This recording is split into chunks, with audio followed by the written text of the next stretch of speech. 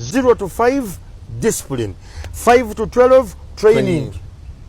Zuukuka bw'ozuuka okola kino omala kino era patani ogiraba n'atuuka n'awummulamu n'omugga kati wummula kola by'okola ne ziwera saameka nti saawa zino ziyingidde 11 nti mugende munaabe training okuva ku 12 paka ku myaka 18 it is coaching. Awo okuva ku 15 ku 18 ebeera coaching. Mbowandiika wano. Coaching tekitegeeza kukuba mwana omwana bw'asukka emyaka 12 okudda waggulu aba ayingidde adolescent stage.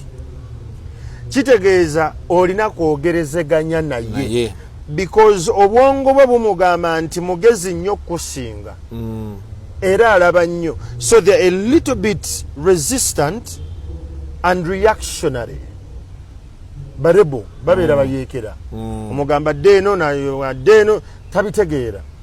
Bw'atuuka mu myaka egyo aba takyali wa kibooko. Wali mu training zivuga wano mwogera boogezi, wali mu training zivuga koza omugamba kino naako galamira n'amanya kino kikyamu. Naye Kyamagero abazadde bakyakuba abaana embooko mu guno omulembe gwaffe guno. Nina siripa ewange nkuwoninga emirundi egi. Siripa osobola ogikuba omwana owange mukuba. Kyamagero, that is not right. What is right? Yeah, much as yes we What want is, to. What is I right? mean, there has to be other punishments a child can take that is not beating them. Ogezanga eriwa. Musibire mu kisenge.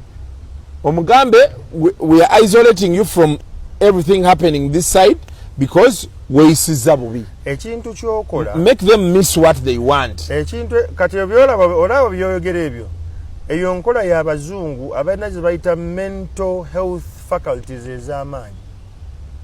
Wawulidde omwana eyeetuza emyaka 9 kumusibira muki mu ruumu kumwawula ku banne because as Africans tetunnatuuka waawo. Ebyo byogera bya luzungu bikola eri Bulaaya.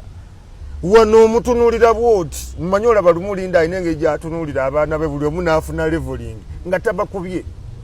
Olumu sinze nzija n'okkuba. Actually at times I play the good cop.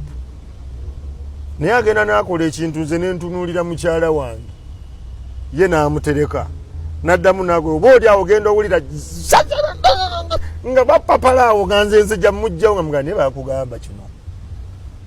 It's intentional. Naye omwana kasita aweza emyaka 12 okudda waggulu, that is 12 to 15 years rather to 18 years, mwogerezeganya otandika omulaga ensi. You're coaching him. Era abazadde abasinga bamu Abafirika babikola tebabimanyi na bimanyi nti omwana waaweza emyaka 13 nga wa bulenzi otambula nnyo naye notandika omulaga ebintu. Jangu tugende omperekereke wanko Isaaka wano ngendere wanko abati omuŋambire kino na kino atandika okuweereza mu acquaintances and associates. Coaching otandika obbamanya akutambuza olumu n'osisinkana abasajja ab'enjawulo n'akulaga engeri gye babuuzaamu abasajja abagwa mu kalibe eyo. Coaching agamba tugenda ku mbaga gwe ogenda okumperekera yambala bulungi kuba bulungi ekikalu omusajja abeera bw'ati omwana obuwala abeera bw'ati. Coaching wakati awo abeera n'okusoomozebwa because the body is sexually active. Lwaki wabeerawo coaching? Nti obeera ne window of entry okumanya ebimusoomooza. So tewabeerawo kibooko. Kasita asukka emyaka 18 okudda waggulu aba afuuse mukwano gwo. Now you as a parent, you start to cultivate the relationship. Tokola ensobi n'oyagala osoose okumwagala nga tonnamu traininga. Ajja kukozesa okwagala kwe wamuwa to manipulate you ku ye by'ayagala. Mudda akukaluubirire. Tokola ensobi n'oyagala ennyo omwana okusooka nga tonnamu disciplininga. Mudojja mu discipline agambe but mama I've always been like this. What do you mean? Ayogera oluzungu.